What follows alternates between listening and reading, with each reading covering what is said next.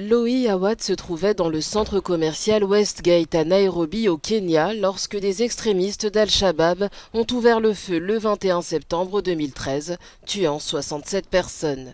10 ans plus tard, elle se souvient des longues heures qu'elle a passées cachée sous une table durant l'une des attaques les plus meurtrières au Kenya. Il y avait un tireur de l'autre côté des baies vitrées. Je n'ai pas tourné la tête, mais je pouvais entendre le bruit des balles qui tombaient au sol. Je savais ce que ça voulait dire. Le tireur est juste là. Et à ce moment-là, j'ai commencé à imaginer le pire. Loï fait partie des 1000 personnes sauvées de ce carnage qui aura duré 4 jours avant que les forces de sécurité ne reprennent le contrôle.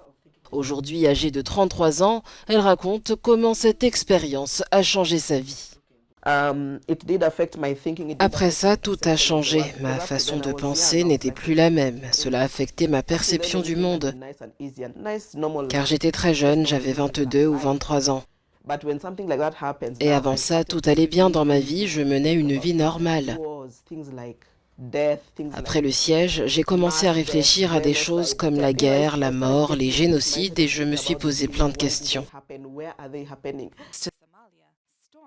2 ans après le siège de Westgate, des combattants d'Al-Shabaab ont attaqué une université dans l'est du Kenya, tuant 148 personnes, presque tous des étudiants.